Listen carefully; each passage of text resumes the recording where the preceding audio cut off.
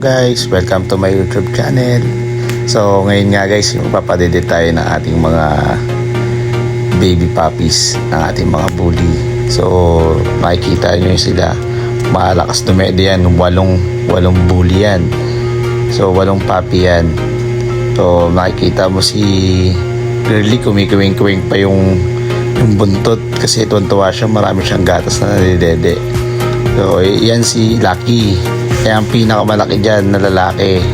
So, ito yung kanilang higaan. Naka-ready yan. Siyempre, lagi dapat malinis. So, siyempre, tinutulungan din natin sila na magpa-dumede para at least kahit paano matulungan sila dumede. So, yun guys. Kita nyo naman, sobrang mga relics ng mga yan. Si Girly, kumikiwing pa. Ito, okay, kailangan ko ng tulungan kasi nag-asawa na siya sa isang dede. So, kailangan natin siya ilipat. So, pag nag-stuck na yan dyan, kailangan na yan, may stuck sa dun sa may isang dede lang para at least maka-dede siya ng marami.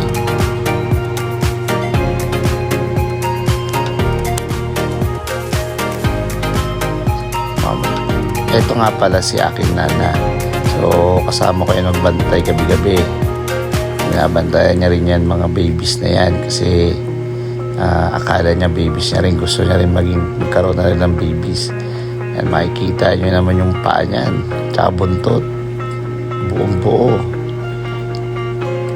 So, yan guys. Tignan niyo naman yung mga aking mga puppies.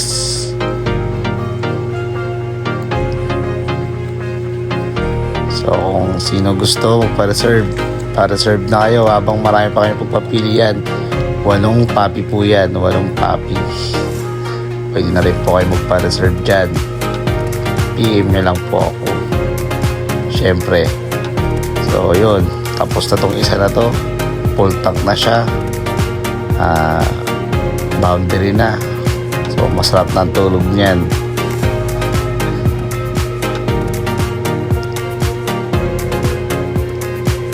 Yun, tapos na tayo magpadede. Makikita nyo lahat yan, malulusog lahat yan. Masasarap at tulong yan sa kanilang higaan. Yun, tapos na tayo magpadede. So mamaya ulit 2 hours. So araw-araw tayo puyat. So ito si Nana, kasabak magbantay. Binabantayan niya yan, mga puppies na maliliit. Kasi akala niya rin baby na rin siya. Gusto niya rin magkaroon ng baby. So yun lang guys, kita nyo, papadede ako ulit. So yun lang guys, thank you sa inyo.